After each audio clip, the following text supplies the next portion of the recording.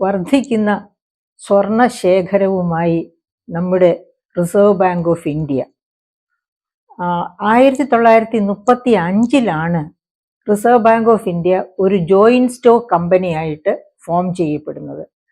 അങ്ങനെ ഒരു joint stock കമ്പനിയായിട്ട് form ചെയ്യപ്പെട്ടപ്പോൾ 5 കോടി രൂപയായിരുന്നു ആകെ ആസ്തി. ഈ 5 കോടി രൂപ 5 ലക്ഷം ഷെയറുകളായിട്ട് വിഭജിച്ചു. എന്ന് വെച്ചാൽ 100 രൂപ മൂല്യമുള്ള 5 ലക്ഷം ഷെയറുകൾ ഷെയർ ഹോൾഡേഴ്സിന് വിറ്റ് 5 കോടി രൂപ സമാഹരിച്ചു. അങ്ങനെ സമാഹരിച്ച 5 കോടി രൂപ കൊണ്ടാണ് അന്ന് 1935 reserve bank of India act പ്രകാരം റിസർവ് ബാങ്ക് ഓഫ് ഇന്ത്യ ഒരു ജോയിന്റ് സ്റ്റോക്ക് കമ്പനിയായിട്ട് നിലവിൽ വരുന്നത്. അങ്ങനെ ജോയിന്റ് സ്റ്റോക്ക് കമ്പനിയായി നിലവിൽ വന്ന റിസർവ് ബാങ്ക് ഓഫ് ഇന്ത്യ എന്നാണ് നാഷണലൈസ്ഡ്, അതായത് ഇന്ത്യയുടെ മാത്രം റിസർവ് ബാങ്ക് ആയിട്ട് മാറുന്നത്? നമുക്കറിയാം, വിഭജനത്തോടുകൂടി, അതായത് സ്വാതന്ത്ര്യത്തോടുകൂടി വിഭജിക്കപ്പെടുന്നു. അങ്ങനെ വിഭജനത്തിന്റെ ഫലമായി പാകിസ്ഥാൻ മാറിപ്പോകുന്നു. പാകിസ്ഥാന്റെയും ബർമയും ആദ്യം ഇന്ത്യയുടെ ഭാഗമായിരുന്നില്ല. ബർമയുടെയും ഒക്കെ currency system Indian currency system തന്നെയായിരുന്നു. ഇന്ത്യൻ കറൻസി സിസ്റ്റത്തിന്റെ രീതിയിൽ തന്നെയായിരുന്നു, നമ്മുടെ കമ്മട്ടത്തിൽ, നമ്മുടെ റൂൾസ് ആൻഡ് റെഗുലേഷൻസ് അനുസരിച്ചായിരുന്നു ആ 2 രാജ്യങ്ങളുടെയും കറൻസിയും അടിച്ചിരുന്നത്. പിന്നെ 1948 ശരിക്ക് reserve bank of India act government, അതായത് പൂർണ്ണമായിട്ടും ഈ ഞാൻ പറഞ്ഞല്ലോ നേരത്തെ, 5 ലക്ഷം ഷെയറുകൾ 5 കോടി രൂപ സമാഹരിച്ചു. ആ 5 കോടി രൂപയുടെ 5 ലക്ഷം ഷെയറുകളും പിന്നെ ഗവൺമെന്റ് ഓഫ് ഇന്ത്യ ഏറ്റെടുത്തുകൊണ്ട് ഷെയർ ഹോൾഡേഴ്സിന് അതിന് പകരം പണം കൊടുക്കുന്നു. അങ്ങനെ നിശ്ചിത അളവിൽ പണം കൊടുത്തുകൊണ്ട് ഈ ഷെയറുകൾ മുഴുവനും കേന്ദ്ര ഗവൺമെന്റ് വാങ്ങുന്നു. ആ വാങ്ങുന്ന നിയമം നിലവിൽ വന്നത് 1948 നിയമം ഇംപ്ലിമെന്റ് ചെയ്യുന്ന ഡേറ്റ് ആയിട്ട് കാണിച്ചിരുന്നത് 1949 ജനുവരി 1. അപ്പൊ 1949 ജനുവരി 1 ആകുമ്പോഴേക്കും റിസർവ് ബാങ്ക് ഓഫ് ഇന്ത്യ ഇന്ത്യയുടെ ദേശീയ ബാങ്കായി തീർന്നു എന്ന് മാത്രവുമല്ല, അതുവരെയും 1935 മുതൽ 1949 വരെയും ദേശീയ ബാങ്ക് തന്നെയായിട്ട് പ്രവർത്തിച്ചിരുന്നു. പക്ഷേ share holder government of India മാത്രമായിരുന്നില്ല, മറ്റ് ഷെയർ ഹോൾഡേഴ്സും ഉണ്ടായിരുന്നു. പക്ഷേ ജനുവരി 1, 1949 ആകുമ്പോഴത്തേക്കും പൂർണ്ണമായും ഷെയറുകൾ കേന്ദ്ര ഗവൺമെന്റിന്റെ കരങ്ങളിൽ മാത്രമായി എത്തിച്ചേർന്നു. അങ്ങനെ സെൻട്രൽ ഗവൺമെന്റ് ഓൺഡ് ഇന്ത്യയുടെ ബാങ്കായി മാറി, ഇന്ത്യയുടെ മാത്രം പൂർണ്ണ ബാങ്കായി മാറി റിസർവ് ബാങ്ക് ഓഫ് ഇന്ത്യ. അങ്ങനെ പൂർണ്ണ ബാങ്കായിട്ട് മാറുന്ന സമയത്ത് ഏത് രാജ്യത്താണെങ്കിലും അതിൻ്റെ സെൻട്രൽ ബാങ്ക് ആയിരിക്കും മോണിറ്ററി അതോറിറ്റി. മോണിറ്ററി അതോറിറ്റി എന്ന് പറഞ്ഞാൽ കറൻസിയെ നിയന്ത്രിക്കുന്ന, എത്ര കറൻസി ഓരോ വർഷവും അടിച്ചേർക്കണം, കറൻസിയുടെ മൂല്യം എങ്ങനെ കീപ്പ് ചെയ്യണം, അതിനുവേണ്ടി എന്ത് കരുതൽ ശേഖരം കരുതണം, ഇത്തരം കാര്യങ്ങളൊക്കെ തീരുമാനിക്കുന്നത് റിസർവ് ബാങ്ക് ആയിരിക്കും.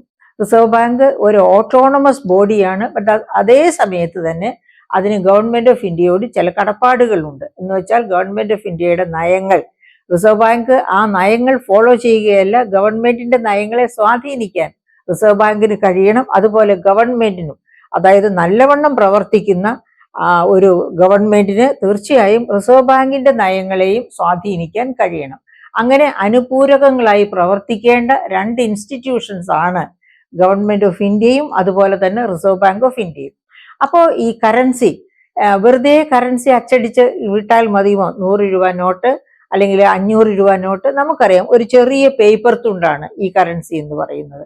അതിൽ മഹാത്മാഗാന്ധിയുടെ രൂപമോ അല്ലെങ്കിൽ മറ്റേതെങ്കിലും അങ്ങനെ നിശ്ചയിക്കപ്പെട്ട ഒരു ആർട്ടോട് കൂടി വരുന്ന ഒരു കഷ്ണം പേപ്പറാണ് കറൻസി എന്ന് പറയുന്നത്. അപ്പൊ ഈ ഒരു കഷ്ണം പേപ്പറിന് അതിൻ്റെതായ മൂല്യം, ഇൻട്രൻസിക് വാല്യൂ, അതിൽ തന്നെ ഉൾക്കൊള്ളുന്ന മൂല്യം വളരെ കുറവാണ്. അങ്ങനെയാകുമ്പോൾ നമുക്ക് എങ്ങനെയാ ഒരു 100 രൂപ കിട്ടിയാൽ അത് 100 രൂപയുടെ മൂല്യമുണ്ട് എന്ന് തോന്നുക, അല്ലെങ്കിൽ 500 രൂപയ്ക്ക് 500 രൂപയുടെ മൂല്യമുണ്ട് എന്ന് തോന്നുക? സാധാരണ രീതിയിൽ മൂല്യമുണ്ട് എന്ന് തോന്നാൻ തക്ക രീതിയിലാണ് കറൻസി രൂപകൽപ്പന ചെയ്തിരിക്കുന്നത്. അതായത് പണ്ടൊക്കെ പിന്നെ കറൻസി എന്ന് പറഞ്ഞിട്ടുണ്ടെങ്കിൽ ഗോൾഡ് കോയിൻസ് ആയിട്ട്, സിൽവർ കോയിൻസ് ആയിട്ട് ഒക്കെ. അതായത് 1 രൂപയുടെ കറൻസി എന്ന് പറഞ്ഞാൽ അതിന് ഗോൾഡിൽ തന്നെയുള്ള, ഗോൾഡിൽ 1 രൂപയുടെ കറൻസി എടുക്കാൻ പറ്റില്ല. അപ്പൊ അതിന് സിൽവർ കറൻസി വരും, അല്ലെങ്കിൽ എന്താണ് കോപ്പർ കറൻസി. ഇതൊക്കെയായിരുന്നു ചെറിയ ചെറിയ ഡിനോമിനേഷൻസിന്. അതേ സമയത്ത് വലിയ മൂല്യമുള്ള കറൻസികളാണെങ്കിൽ ഗോൾഡിലൊക്കെ ഇടാൻ ബുദ്ധിമുട്ടില്ല. പക്ഷേ അത് മോഷണം പോവുക, അങ്ങനെയുള്ള നിരവധി സാധ്യതകൾ ഉള്ളത് കൊണ്ടാണ് അതുപോലെ തന്നെ അത് കൊണ്ടു നടക്കാനുള്ള ബുദ്ധിമുട്ട്, ഇതിനൊക്കെ അവോയ്ഡ് ചെയ്യാനാണ് പേപ്പർ കറൻസിയിലേക്ക് ലോകം ഓരോ രാജ്യങ്ങൾ മാറി ഓരോന്നായിട്ട് പേപ്പർ കറൻസിയിലേക്ക് മാറി. അവസാനം എല്ലാ രാജ്യങ്ങളും പേപ്പർ കറൻസിയിലെത്തി. ഇപ്പോൾ ക്രിപ്റ്റോ കറൻസിയിലേക്ക് പോകുന്നതിനെ പറ്റി ആലോചിക്കുന്നു. അതവിടെ നിൽക്കട്ടെ. അപ്പൊ ഈ പേപ്പർ കറൻസി തന്നെ ഇനിയും വളരെ കാലങ്ങളിലേക്ക് പോകാതിരിക്കാൻ പറ്റില്ല. അങ്ങനെ ഈ പേപ്പർ കറൻസി എടുക്കുമ്പോൾ അതിന്റെ മൂല്യം കാത്തു സൂക്ഷിക്കേണ്ടത് ഓരോ കറൻസി അതോറിറ്റിയുടെയും, അഥവാ ഓരോ ഗവൺമെന്റിനും, ഓരോ ദേശീയതയ്ക്കും ഒരു റിസർവ് ബാങ്ക്, ഒരു കേന്ദ്ര ബാങ്ക് ഉണ്ടാകും. ആ കേന്ദ്ര ബാങ്ക് ആയിരിക്കും മോണിറ്ററി അതോറിറ്റി.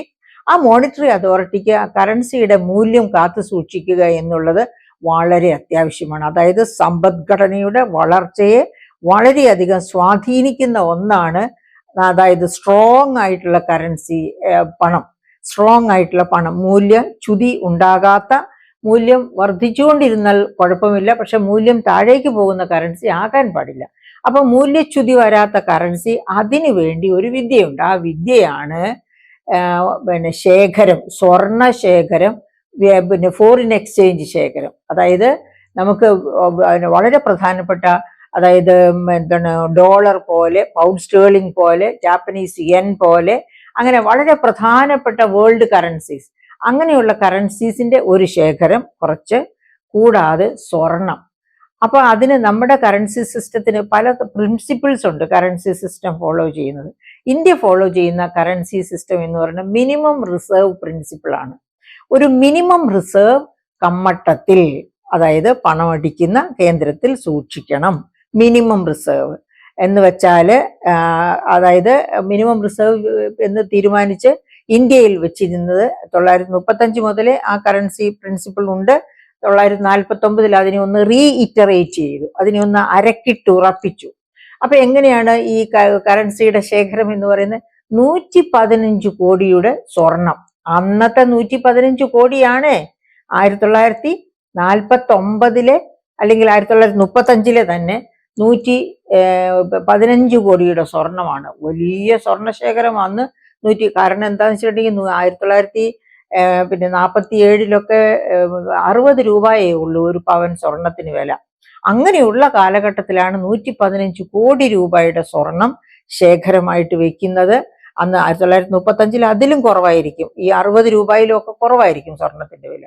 അപ്പൊ അങ്ങനെ 115 കോടിയുടെ സ്വർണവും 85 കോടിയുടെ ഫോറിൻ എക്സ്ചേഞ്ച്, ഇതാണ് കരുതൽ ശേഖരമായിട്ട് നമ്മുടെ കറൻസിയുടെ മിനിമം റിസർവായി റിസർവ് ബാങ്ക് ഓഫ് ഇന്ത്യയുടെ കമ്മട്ടത്തിൽ ഇരുന്നത്. അങ്ങനെ എന്തിനാണ് അപ്പൊ ഈ സ്വർണവും ഫോറിൻ എക്സ്ചേഞ്ച് സൂക്ഷിക്കുന്നത്? നമ്മുടെ കറൻസിയുടെ മൂല്യം എപ്പോഴെങ്കിലും അത്യാവശ്യമായി വന്നാൽ, അതായത് സ്വർണ കറൻസിയിൽ നിന്ന്, ഗോൾഡ് കോയിനേജിൽ നിന്ന് പേപ്പർ കറൻസിയിലേക്ക് മാറിയ ആദ്യ ഘട്ടങ്ങളിലൊക്കെ കൺവേർട്ടിബിൾ പേപ്പർ കറൻസി ആയിരുന്നു. എന്ന് വെച്ചാല് ആർക്കെങ്കിലും കറൻസിയിൽ വിശ്വാസമില്ലാതെ വന്നാൽ അവർക്ക് ട്രഷറിയിൽ കൊണ്ടുപോയി കൊടുത്ത്, അതായത് റിസർവ് ബാങ്ക് അവരുടെ കേന്ദ്ര ബാങ്ക് അനുവദിക്കുന്ന ആ സ്ഥലത്ത് കൊണ്ടുപോയി ഈ കറൻസി കൊടുത്ത് അതിന് പകരം സ്വർണം വാങ്ങാമായിരുന്നു. അതിനാണ് കൺവേർട്ടിബിൾ കറൻസി, പേപ്പർ കറൻസി എന്ന് പറഞ്ഞിരുന്നത്.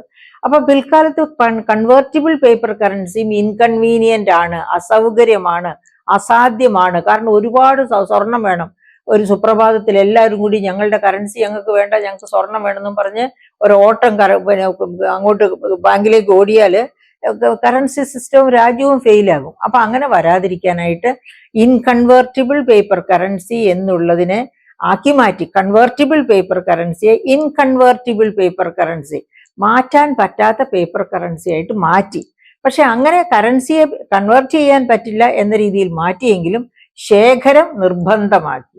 അങ്ങനെ വെച്ച ശേഖരത്തിലുള്ള ആ 115 കോടി സ്വർണം പതുക്കെ വളരാൻ തുടങ്ങി. അതെങ്ങനെയാ? ഒരു മരം വളരുന്നത് പോലെ സ്വർണം വളരുമോ? അങ്ങനെ സ്വർണം വളർന്നു എന്നല്ല ഞാൻ ഉദ്ദേശിക്കുന്നത്. ഇപ്പൊ ഉദാഹരണത്തിന് നമ്മുടെ നാട്ടിൽ കള്ളക്കടത്ത് സ്വർണം കണ്ടെത്തുന്നു. കള്ളക്കടത്ത് സ്വർണം കണ്ടെത്തിയാൽ ആ സ്വർണം എവിടേക്കാ പോകേണ്ടത്? തീർച്ചയായിട്ടും റിസർവ് ബാങ്ക് ഓഫ് ഇന്ത്യയുടെ കമ്മട്ടത്തിൽ, അതായത് സെൻട്രൽ ഗവൺമെന്റിന്റെ കേന്ദ്ര നിർദ്ദേശിക്കുന്ന സ്ഥലത്തേക്കാണ് പോകേണ്ടത്. ആ കേന്ദ്ര ഗവൺമെന്റ് നിർദ്ദേശിക്കുന്ന സ്ഥലം എന്ന് പറഞ്ഞാൽ സ്വർണശേഖരം സൂക്ഷിക്കേണ്ടത് തീർച്ചയായിട്ടും റിസർവ് ബാങ്കിന്റെ കമ്മട്ടത്തിൽ അല്ലെങ്കിൽ അതിനോടനുബന്ധപ്പെട്ട ദേശത്ത് തന്നെ സ്ഥലത്ത് തന്നെയാണ്. അങ്ങനെയാണ് റിസർവ് ബാങ്ക് സ്വർണം കൂടുതലായിട്ട് സ്വർണം എത്താൻ തുടങ്ങിയത്. അപ്പൊ അങ്ങനെ സ്വർണം എത്താൻ തുടങ്ങിയപ്പോൾ ഞാനൊരു ചെറിയ കഥ കൂടി നിങ്ങളോട് പറയട്ടെ പ്രിയപ്പെട്ട സുഹൃത്തുക്കളെ. അതായത് പബ്ലിക് എക്സ്പെൻഡിച്ചർ റിവ്യൂ കമ്മിറ്റിയിൽ ഞാനും ഒക്കെ മെമ്പറായിരുന്ന 2013 2015 ഇടയ്ക്ക് ട്രഷറിയുമായി ബന്ധപ്പെട്ട പല കാര്യങ്ങളും പഠിച്ച കൂട്ടത്തില് ഞങ്ങൾ മനസ്സിലാക്കിയ ഒരു കാര്യം ഉണ്ടായിരുന്നു. ഒരു ട്രഷറിയിൽ കണ്ടുകെട്ടിയ സ്വർണമൊക്കെ സൂക്ഷിക്കുന്ന വളരെ പ്രധാനപ്പെട്ട മേഖലയുണ്ട് ട്രഷറികളിൽ. ആ സ്ഥലത്ത് സ്വർണം കണ്ടുകെട്ടി വെച്ചിരുന്ന സ്ഥലത്ത് സ്വർണത്തിന് പകരം കല്ല് കണ്ടു എന്നാണ് ഞങ്ങൾ കണ്ടെത്തിയത്. ഞങ്ങൾക്ക് മനസ്സിലാക്കാൻ കഴിഞ്ഞത്. ഞങ്ങൾ കണ്ടെത്തുമല്ല, അതിനു മുമ്പേ കണ്ടെത്തിയിരുന്നു. പക്ഷെ അതൊന്നും കേസായില്ല കേട്ടോ.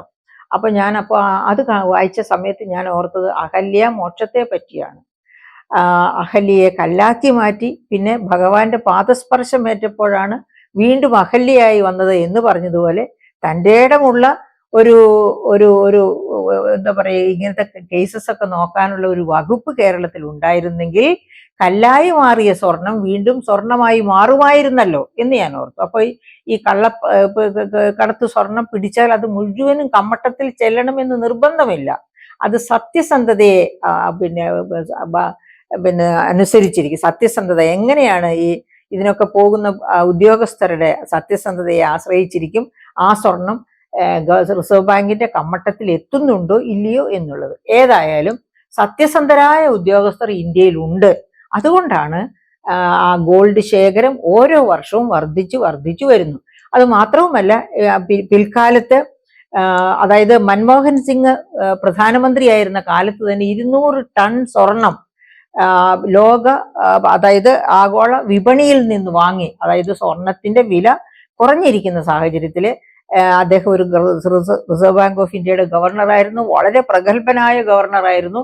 അപ്പൊ അദ്ദേഹത്തിന് അറിയാം ഈ സ്വർണ ശേഖരം വാങ്ങി ഒരു കമ്മട്ടത്തിൽ സൂക്ഷിച്ചാൽ എന്തൊക്കെ പ്രയോജനങ്ങൾ ഉണ്ടാകുമെന്ന്. എന്തൊക്കെ പ്രയോജനങ്ങൾ ഉണ്ടാവുക? അന്താരാഷ്ട്ര തലത്തിൽ കറൻസിയുടെ മൂല്യം ശോഷിച്ചു പോകുമ്പോഴും നമ്മുടെ കമ്മട്ടത്തിൽ ആവശ്യത്തിലധികം സ്വർണം ഇരിപ്പുണ്ടെങ്കിൽ ആ കറൻസി വളരെ സ്ട്രോങ് ആയിരിക്കും. പിന്നെ ആഗോള തലത്തിൽ ഉണ്ടാകുന്ന കയറ്റിറക്കങ്ങൾ, കറൻസിയുടെ വാല്യൂവിൽ ഉണ്ടാകുന്ന കയറ്റിറക്കങ്ങൾ നമ്മുടെ കറൻസിയെ ബാധിക്കില്ല. അതിന്റെ ഒന്നാന്തരം ഒരു ഉദാഹരണമാണ് ഇപ്പോഴും ലോകം ആദരിക്കുന്ന അല്ലെങ്കിൽ ഏറ്റവും കൂടുതൽ അംഗീകരിക്കുന്ന കറൻസി ഏതാണ്? ഡോളറാണ്. എന്തുകൊണ്ടാണ് ഡോളർ ആയത്? ആദ്യം 1-ാം ലോക മഹായുദ്ധ കാലം കഴിയുന്നത് വരെയും ഏറ്റവും കൂടുതൽ ലോകം ആദരിച്ചിരുന്ന കറൻസി പൗണ്ട് സ്റ്റേർലിംഗ് ആയിരുന്നു. എന്തുകൊണ്ടായിരുന്നു പൗണ്ട് സ്റ്റേർലിംഗ് ആയിരുന്നത് എന്നറിയാമോ? ഇൻഡസ്ട്രിയൽ റവല്യൂഷൻ കാലത്തും 1914 1-ാം ലോക മഹായുദ്ധം വരുന്ന കാലത്തിനൊക്കെ മുൻപുള്ള ആ ഘട്ടമുണ്ടല്ലോ, എന്തായിരുന്നു ഗ്രേറ്റ് ബ്രിട്ടൻ? നമുക്കറിയാം, സൂര്യൻ അസ്തമിക്കാത്ത രാഷ്ട്രമായിരുന്നു. അത് മാത്രമല്ല, great Britain was the money lender of the world, shop keeper of the world, ആ business centre of the world. അങ്ങനെയൊക്കെ ആയിരുന്നത് കൊണ്ടാണ് industrial centre of the world. അങ്ങനെ ഒരു പോയിന്റ്, അങ്ങനെ ഒരു വലിയ ശക്തി കേന്ദ്രമായിരുന്നു. ലോകത്തെ സ്വർണത്തിന്റെ ഏറ്റവും വലിയ ശേഖരവും ബാങ്ക് ഓഫ് ഇംഗ്ലണ്ടിലായിരുന്നു. ഇപ്പോഴും ഓർക്കുക, നമ്മുടെ സ്വർണശേഖരം വളരെ വളർന്നു. ആ സ്വർണശേഖരം വളർന്ന് എത്ര ടൺ സ്വർണം? 822.1 ടൺ ആയിട്ട് നമ്മുടെ സ്വർണശേഖരം വളർന്നു. അപ്പൊ അതിന്റെ ഒരു നല്ല ഭാഗം ബാങ്ക് ഓഫ് ഇംഗ്ലണ്ടിന്റെ കയ്യിലാണ് ഇപ്പോഴും സൂക്ഷിച്ചു വെച്ചിരിക്കുന്നത്. കൊടുത്തിരിക്കുകയല്ല, സൂക്ഷിച്ചു വെച്ചിരിക്കുക, പണയം വെക്കുകയല്ല ചെയ്തത്. അപ്പൊ അങ്ങനെ സ്വർണശേഖരം വർദ്ധിക്കുന്നത് നമ്മുടെ കറൻസി. അപ്പൊ എന്നിട്ട് എന്താ സംഭവിച്ച? ബാങ്ക് ഓഫ് ഇംഗ്ലണ്ടിന് എന്ത് സംഭവിച്ചു? ഇംഗ്ലണ്ടിന് എന്ത് സംഭവിച്ചു? 2-ാം ലോക മഹായുദ്ധത്തിനും 1-ാം ലോക മഹായുദ്ധത്തിനും 2-ാം ലോക മഹായുദ്ധത്തിനും ഇടയ്ക്കുള്ള കാലഘട്ടത്തിൽ അതായത് ഉണ്ടായ പ്രതിസന്ധികൾ മൂലം ഇംഗ്ലണ്ടിന്റെ പക്കൽ ഉണ്ടായിരുന്ന സ്വർണം മുഴുവനും 2-ാം ലോക മഹായുദ്ധം കഴിയുമ്പോഴേക്കും ഒഴുകി അമേരിക്കയുടെ കൈകളിലെത്തി. അങ്ങനെയാണ് 2-ാം ലോക മഹായുദ്ധത്തിന് ശേഷം നമ്മൾ ഓർക്കണം, അമേരിക്കയുടെ വളർച്ച ദ്രുതഗതിയിലായിരുന്നു. സാമ്പത്തിക വളർച്ച ദ്രുതഗതിയിലായിരുന്നു. ആ വളർച്ചയോടൊപ്പം തന്നെ സ്വർണവും അവരുടെ പക്കലേക്ക് എത്തിച്ചേരുന്നു. അങ്ങനെയാണ് ഡോളർ കറൻസി രണ്ടാം ലോക മഹായുദ്ധം കഴിഞ്ഞപ്പോൾ ഏറ്റവും സ്ട്രോങ് കറൻസി ആയി തീരുന്നത്. ലോകത്ത് ഇപ്പോഴും ആ സ്ട്രെങ്ത് തുടരുകയാണ്. കാരണം ഇപ്പോഴും ഒന്നാമത്തെ GDP ആണ്, 28 ട്രില്യൺ ഡോളറോടുകൂടി ഒന്നാമത്തെ GDP ആണ് അമേരിക്ക. അപ്പോൾ നമുക്ക് വീണ്ടും നമ്മുടെ റിസർവ് ബാങ്ക് ഓഫ് ഇന്ത്യയിലേക്കും സ്വർണത്തിലേക്കും വരാം. അപ്പൊ എന്തുകൊണ്ടാണ് അമേരിക്കൻ കറൻസി ഇപ്പോഴും സ്ട്രോങ് ആയിരിക്കണേ? കാരണം അമേരിക്ക ഒന്നാമത്തെ GDP ആണ്. ഒന്നാമത്തെ GDP ആണെന്ന് മാത്രമല്ല, വളരെ പ്രധാനപ്പെട്ട, അതായത് ഇപ്പോഴും സ്വർണത്തിന്റെ ഒരു നല്ല കാവലാളായിട്ടിരിക്കുകയാണ് അമേരിക്ക. അതുകൊണ്ടാണ് ഡോളറിന്റെ വാല്യൂ ഒട്ടും താഴേക്ക് പോകാത്തത്. GDP ഒന്നാമതായത് കൊണ്ട് മാത്രമല്ല, അതുപോലെ സ്വർണ ശേഖരവുമുണ്ട്. അപ്പോ ഈ സ്വർണ ശേഖരം ഏത് രാജ്യത്ത് ശേഖരിക്കപ്പെടുന്നുവോ, അതായത് സ്വർണത്തിന്റെ മൂല്യം താഴേക്ക് പോകില്ല, വച്ചടി വെച്ച് മുകളിലേക്കാണ് പോകുന്നത്. അസറ്റ് എപ്പോഴും മൂല്യം സൂക്ഷിക്കുന്ന ഒരു ഉൽപ്പന്നമാണ് സ്വർണം എന്ന കാരണങ്ങൾ കൊണ്ട് സ്വർണം ഏതെങ്കിലും ഒരു രാഷ്ട്രത്തോടൊത്ത് നിൽക്കുന്നുവെങ്കിൽ ആ രാഷ്ട്രം പ്രതിസന്ധിയെ തരണം ചെയ്യും. അന്താരാഷ്ട്ര പ്രതിസന്ധിയെ, അതായത് കറൻസിയുടെ മൂല്യച്യുതിയിൽ കയറ്റിറക്കങ്ങളിൽ ഉണ്ടാകാവുന്ന മാറ്റങ്ങളെ പിടിച്ചു നിൽക്കാൻ പറ്റും. അതായത് ഇപ്പോൾ ഇന്ത്യയുടെ കറൻസി ഡോളറിന്റെ വാല്യൂ ഒരുപാട് കൂടുകയും ഇന്ത്യൻ കറൻസിയുടെ വാല്യൂ താഴേക്ക് പോവുകയും ചെയ്താൽ നിങ്ങൾക്കൊക്കെ അറിയാം, റിസർവ് ബാങ്ക് ഓഫ് ഇന്ത്യ അപ്പോൾ എന്ത് ചെയ്യും? ഉടനെ അതിന്റെ ശേഖരത്തിൽ നിന്ന് കുറച്ച് സ്വർണം വിറ്റഴിക്കും. കുറച്ച് സ്വർണം വിറ്റഴിക്കും എന്ന് പറഞ്ഞാൽ എന്താണ്? ഡോളർ വാങ്ങിച്ചുകൊണ്ട് സ്വർണം പുറത്തേക്ക് കൊടുക്കും. അപ്പൊ ഈ ഡോളർ എന്ത് ചെയ്യും? ആ ഡോളർ പിന്നെ ഇവിടുത്തെ ഡോളർ ആവശ്യങ്ങൾക്ക് വേണ്ടി ഉപയോഗിക്കും. അപ്പൊ നമ്മുടെ ഡിമാൻഡ്, ഡോളറിനുള്ള ഡിമാൻഡ് കുറയും. അതോടുകൂടി തന്നെ ഡോളറും രൂപയും തമ്മിലുള്ള എക്സ്ചേഞ്ച് വാല്യൂവിലും വ്യത്യാസം വരും. അങ്ങനെ ഇന്ത്യൻ റുപ്പിയുടെ വാല്യൂ മുകളിലേക്ക് കയറും. അങ്ങനെ കയറ്റാൻ വേണ്ടിയാണ് സ്വർണ ശേഖരം സൂക്ഷിച്ചു വെച്ചിരിക്കുന്നത്. ആവശ്യം വരുമ്പോൾ വിറ്റഴിക്കുക, പുറത്തെടുക്കുക, വിറ്റഴിക്കുക, അങ്ങനെ നമ്മുടെ കറൻസിയുടെ വാല്യൂ വർദ്ധിപ്പിക്കുക. അങ്ങനെ നമ്മുടെ കറൻസിയെ അന്താരാഷ്ട്ര തലത്തിൽ പിടിച്ചു നിർത്തുക. കറൻസി എപ്പോഴും താഴേക്ക് പോകുന്ന വെച്ചാൽ നമ്മളുമായിട്ട് ട്രേഡ് ഒക്കെ നടത്താനായിട്ട് പല രാജ്യങ്ങൾക്കും ഇഷ്ടക്കേട് കാണും. അപ്പൊ അങ്ങനെ വരാതിരിക്കാൻ വേണ്ടി രാഷ്ട്രത്തിന്റെ എന്താ പറയാ, അന്താരാഷ്ട്ര രംഗത്തെ നിൽപ്പ് ശക്തമാക്കിയിരിക്കാൻ വേണ്ടിയാണ് സ്വർണ ശേഖരം വർദ്ധിപ്പിക്കുന്നത്. അങ്ങനെയാണ് മൻമോഹൻ സിംഗിന് അത് കൃത്യമായിട്ട് അറിയാം. അതുകൊണ്ടാണ് അദ്ദേഹത്തിന്റെ ഭരണകാലത്ത്, UPA ഭരണകാലത്ത് അദ്ദേഹം 200 ടൺ സ്വർണമാണ് നമ്മുടെ സ്വർണ ശേഖരത്തോട് കൂട്ടിച്ചേർത്തത്. അതിനുശേഷവും ഇപ്പോൾ നരേന്ദ്രമോദി ഗവൺമെന്റ് വന്നതിന് ശേഷവും സ്വർണ ശേഖരത്തിൽ വർധനവ് ഉണ്ടായിട്ടുണ്ട്.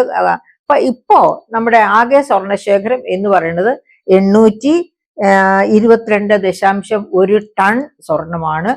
അതിൽ നിന്ന് ഇപ്പൊ നമ്മൾ ഈ ഇങ്ങനെ ഒരു ഡിസ്കഷൻ തന്നെ വെക്കാമെന്ന് വെച്ചത്, 100 ടൺ സ്വർണം ബാങ്ക് ഓഫ് ഇംഗ്ലണ്ടിൽ, ഞാൻ പറഞ്ഞല്ലോ അതിന്റെ നല്ലൊരു ഭാഗം സ്വർണവും നമ്മൾ സൂക്ഷിച്ചിരിക്കുന്നത് ബാങ്ക് ഓഫ് ഇംഗ്ലണ്ടിലാണ്. അപ്പൊ ബാങ്ക് ഓഫ് ഇംഗ്ലണ്ടിൽ നിന്ന് 100 ടൺ സ്വർണം ഇങ്ങോട്ട് ഇന്ത്യയിലേക്ക് മാർച്ച് മാസത്തിൽ കൊണ്ടുവന്നു. അങ്ങനെ കൊണ്ടുവന്നപ്പോൾ കസ്റ്റംസ് കൊടുത്തില്ല, കസ്റ്റംസും ഇരുന്നില്ല, GSTയും കൊടുക്കേണ്ടിയിരുന്നില്ല എന്നാണ് എൻ്റെ അഭിപ്രായം. അത് എൻ്റെ അഭിപ്രായമാണ്. പക്ഷെ GST കൊടുത്തു. എന്തുകൊണ്ടാണ് GST കൊടുത്തത്? GST വരുമാനം സംസ്ഥാനങ്ങളുമായിട്ട് ഷെയർ ചെയ്യുന്നതാണ്. പകുതി 50% കേന്ദ്രത്തിനും കിട്ടും, 50% സംസ്ഥാനങ്ങൾക്ക് ഷെയർ ചെയ്യും. സെൻട്രൽ പൂളിൽ പോയി സംസ്ഥാനങ്ങൾക്ക് ഷെയർ ചെയ്യും. അപ്പൊ അത് നടന്നോട്ടെ എന്ന് വിചാരിച്ചിട്ടാണ് കേന്ദ്രം GST, ഈ 100 ടൺ സ്വർണത്തിന്റെ GST കൊടുത്തിട്ടാണ് കൊണ്ടുവന്ന് റിസർവ് ബാങ്ക് ഓഫ് ഇന്ത്യയുടെ കമ്മട്ടത്തിലേക്ക് വെക്കുന്നത്. ഇത് പറയാൻ വേണ്ടി, ഇത് ചർച്ചയാക്കാൻ വേണ്ടിയാണ് നമ്മളിപ്പോ റിസർവ് ബാങ്കിനെ പറ്റി തന്നെ ചർച്ച ചെയ്തത്. അപ്പൊ റിസർവ് ബാങ്കിനെ പറ്റി കൂടുതൽ പഠിക്കണം എന്നുണ്ടെങ്കിൽ ഇതാണ് റിസർവ് ബാങ്ക് തന്നെ എഴുതിയ റിസർവ് ബാങ്കിനെ പറ്റിയുള്ള ഗ്രന്ഥമാണിത്. Reserve bank of India functions and working. ഇത് 1941 എഴുതിയ പുസ്തകമാണ്. എൻ്റെ കയ്യിലിരിക്കുന്ന ഈ കോപ്പി 1983 ഇവിടെ തിരുവനന്തപുരത്ത് റിസർവ് ബാങ്ക് ഓഫ് ഇന്ത്യയുടെ ഓഫീസ് വന്നതിന് ശേഷം ഞാൻ അവിടെ നിന്ന്, അപ്പോൾ അതിനുശേഷമാണ് ഈ 4th എഡിഷൻ വന്നത്. ഞാൻ അപ്പോൾ അവിടുന്ന് വാങ്ങിച്ചതാണ്. ഇതിന്റെ ലേറ്റസ്റ്റ് എഡിഷൻ നിങ്ങൾ വാങ്ങിക്കുക. നിങ്ങൾക്ക് അന്ന് മുതൽ, അതായത് 1935 റിസർവ് ബാങ്ക് ഓഫ് ഇന്ത്യ വന്നത് തൊട്ട് ഇന്ന് വരെയുള്ള മുഴുവൻ ചരിത്രവും അതിന്റെ എല്ലാ പ്രകടനങ്ങളും പ്രവർത്തനങ്ങളും മനസ്സിലാക്കാൻ വളരെ നല്ലതാണ്. സിവിൽ സർവീസ് ഒക്കെ പഠിക്കുന്ന കുട്ടികൾക്ക്, കോമ്പറ്റേറ്റീവ് എക്സാമിനേഷൻസിന് ശ്രമിക്കുന്ന കുട്ടികൾക്ക് ഇത്തരം ഗ്രന്ഥങ്ങൾ ആധികാരികമായ അറിവ് പകരും എന്നുള്ളത് എപ്പോഴും ഓർത്തിരിക്കുക. അതുകൊണ്ട് കഴിയുന്നവരൊക്കെ ഈ പുസ്തകം വാങ്ങിക്കുക. ഈ ശ്രോതാക്കളെല്ലാം വാങ്ങിക്കുന്നെങ്കിൽ മക്കൾക്ക് വായിച്ചു കൊടുക്കുക, നിർബന്ധിച്ച് അവരെ പഠിക്കാൻ പറയുക. അപ്പോഴാണ് ആധികാരികമായിട്ട് അവരുടെ ഇത്തരം കാര്യങ്ങൾ, കറൻസിയുമായി ബന്ധപ്പെട്ട വിവരങ്ങൾ വളരെ ആധികാരികതയോടെ അവർക്ക് പറയാൻ കഴിയുന്നു. അപ്പൊ ഈ റിസർവ് ബാങ്കിന്റെ കരങ്ങളിൽ അല്ലാതെ സൂക്ഷിച്ചിരിക്കുന്ന സ്വർണം, അതായത് വിവിധ ബാങ്കുകളിലായി സൂക്ഷിച്ചിരിക്കുന്ന സ്വർണം ഇന്ത്യയിലേക്ക് തന്നെ കൊണ്ടുവന്ന് ഇന്ത്യയുടെ റിസർവ് ബാങ്കിന്റെ കമ്മട്ടത്തിൽ തന്നെ, അല്ലെങ്കിൽ റിസർവ് ബാങ്കിന്റെ പരിധിയിൽ തന്നെ സൂക്ഷിക്കുക എന്ന ഉദ്ദേശത്തോടു കൂടിയാണ് ഇപ്പോൾ ബാങ്ക് ഓഫ് ഇംഗ്ലണ്ടിൽ നിന്ന് ഈ 100 ടൺ സ്വർണം കൊണ്ടുവന്നിരിക്കുന്നത്. ഇനിയും ബാക്കി വിദേശ രാജ്യങ്ങളിൽ സൂക്ഷിച്ചിരിക്കുന്ന സ്വർണം ഇതുപോലെ ഘട്ടം ഘട്ടമായി കൊണ്ടുവരും എന്ന് തന്നെയാണ് നമുക്ക് മനസ്സിലാക്കാൻ കഴിയുന്നത്. അങ്ങനെ റിസർവ് ബാങ്ക് ഓഫ് ഇന്ത്യയിൽ സ്വർണം എത്തിച്ചേരട്ടെ.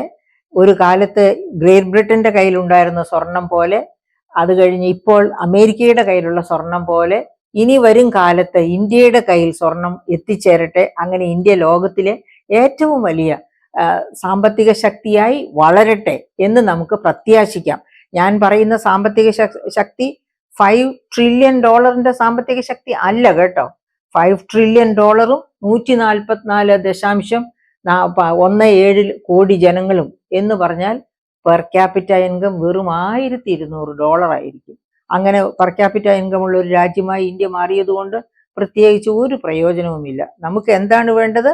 ഇപ്പൊ അമേരിക്കയുടെ പെർ ക്യാപിറ്റ ഇൻകം 76,000-ൽ കൂടുതൽ പെർ ക്യാപിറ്റ ഇൻകം, $76,000 അതുപോലെയുള്ള പെർ ക്യാപിറ്റ ഇൻകം ഉള്ള ഒരു രാജ്യമായി ഇന്ത്യ മാറണം. അങ്ങനെയാണെങ്കിലാണ് എല്ലാവർക്കും നല്ല വിദ്യാഭ്യാസം, നല്ല ആരോഗ്യം, ആ രീതിയിൽ ഇന്ത്യക്ക് മുന്നോട്ട് പോകാൻ കഴിയുക, അങ്ങനെ ലോകത്തെ ലീഡ് ചെയ്യാൻ കഴിയുക.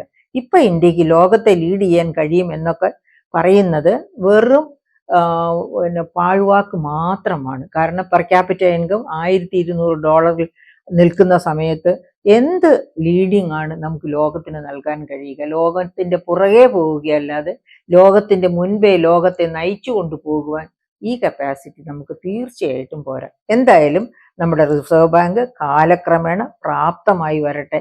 റിസർവ് ബാങ്ക് പ്രാപ്തമായി വരട്ടെ എന്ന് വെച്ചാൽ ഇന്ത്യ പ്രാപ്തമാകുന്നു എന്നാണ് അതിനർത്ഥം. ഇന്ത്യ പ്രാപ്തമാകുമ്പോൾ മാത്രമാണ് ഇന്ത്യക്ക് സ്വർണ്ണശേഖരം വർദ്ധിപ്പിക്കാൻ കഴിയുക, അത് റിസർവ് ബാങ്കിൽ കൊണ്ടുവയ്ക്കാനും കഴിയുക.